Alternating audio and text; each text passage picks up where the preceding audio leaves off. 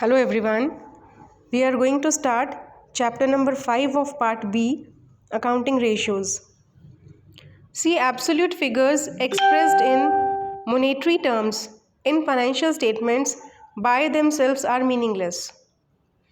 These figures often do not convey much meaning unless expressed in relation to other figures. We have to express them in relation with other figures.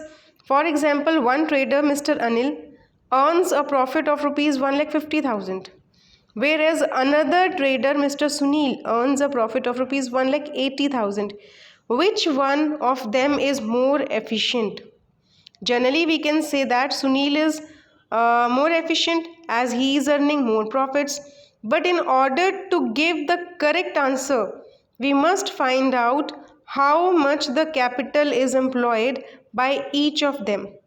Suppose Anil has employed a capital of rupees 10 lakh and Sunil has employed a capital of rupees 15 lakh. We can now calculate the percentage of profit earned by each of them on the capital employed.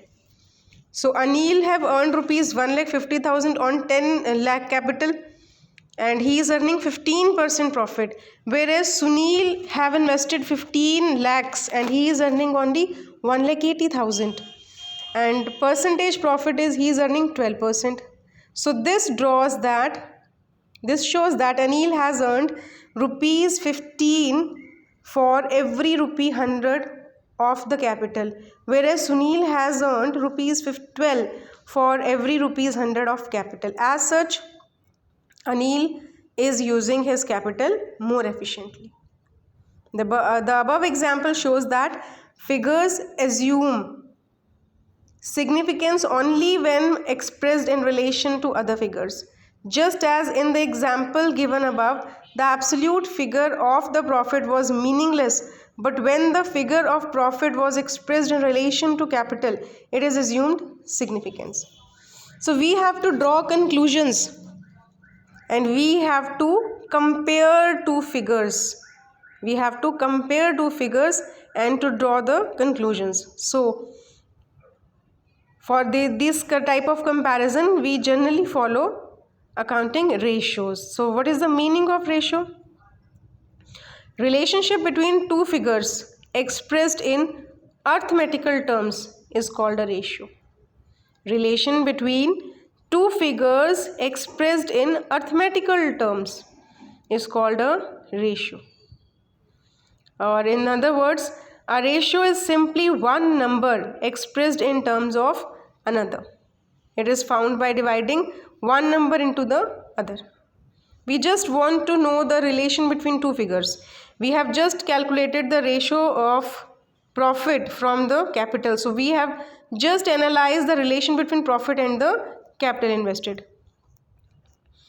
So accounting ratios are of four types, beta. Liquidity ratios, solvency ratio, activity or turnover ratio, and profitability or income ratio.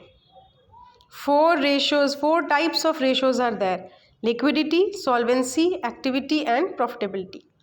First we will talk about liquidity ratios. Ability to pay current debt. Liquidity ratio we calculate to check the ability of the firm to pay the current liabilities, whether the firm is in a position to pay the current liabilities or not. We just want to check this thing. So in this type of ratio, two ratios are calculated: current ratio and quick ratio. Another name of current ratio is working capital ratio, and another name for quick ratio is asset test ratio, liquid ratio.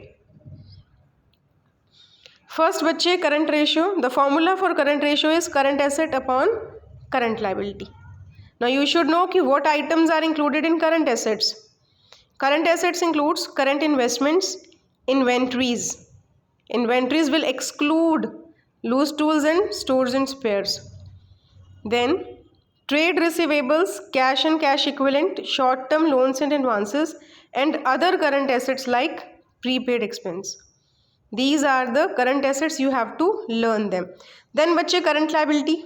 Current liability includes short-term borrowings and short-term provision, trade payables and other current liabilities.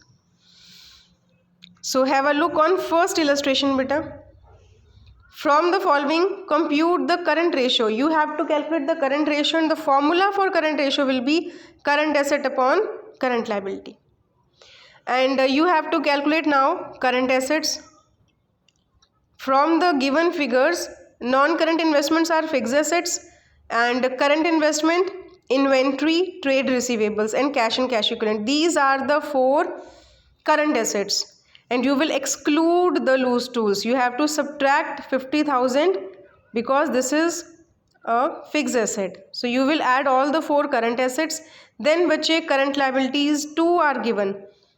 Short-term provision, short-term borrowing, trade payables 4 are given to you. Trade payables, creditors and BP, short-term borrowing, short-term provision. Then these 4 will be added up. It will be 2 lakh. So 4,80,000 was current asset and 2 lakh was current liability. The ratio is 2.4:1. The ratio is 2.4. Just you have to do just current asset upon current liability. This is your main formula. You have to calculate first current assets, then current liability, and then you have to put those in the formula. The ratio is 2.4:1. Now we have to give a comment also. An ideal current ratio should be 2:1. The ideal current ratio is 2:1, which denotes that the current assets of a firm should at least be twice of its current liabilities. Current ratio of this company is 2.4:1. Therefore, it can be said that short-term financial position of the company is satisfactory. This company is in a position to pay the current liabilities in time. Means whatever current liabilities we are having, we should have twice the current assets. And this company is having more than twice, so this is good condition. So second ratio is bache quick ratio or asset test ratio, or it is also called liquid ratio. Quick ratio indicates whether the firm is in a position to pay its current liability within a month or immediately. As such, the quick ratio is calculated by dividing liquid assets by current liability. Quick ratio is equal to liquid assets upon current liability. Current liability, you know how it is already calculated here. Current liability includes short-term borrowing, short-term provision, trade payables and other current liabilities. Now you have to calculate the liquid assets. All current assets except inventories and prepaid expense. Only 2 you will deduct, then you will get to know liquid assets. Liquid asset is equal to current asset minus inventory minus prepaid expenses. These 2 things will be deducted from current asset and this will be your liquid asset. Now have a look on fourth illustration bache. Compute current ratio. Now in this question, different type of information is given to you. Current assets and current liabilities are not given to you. Different type of information is given. 4 things are given to you: total assets, shareholders fund, non-current liability, non-current assets. So it's better to have a small balance sheet.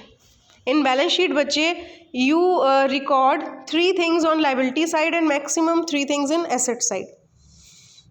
Shareholders fund, non-current liability, current liability. 3 type of things are recorded in balance sheet liability side. Then asset side, major 2, non-current assets and current assets. See what is given to you. Non-current liabilities are given, shareholders fund is given. Shareholders fund 60,000, non-current liability 20,000. Total assets means total liability will also be 1 lakh. If total assets are 1 lakh, total liability should be 1 lakh. So out of total asset 1 lakh, you will subtract 60 and 20, shareholders fund and non-current liability. This will give you current liability 20,000. And on the asset side, the total is given to you 1 lakh and non-current assets are 50,000. So the difference is 50,000, that is current asset. Now current asset divided by current liability, the ratio is 2.5:1.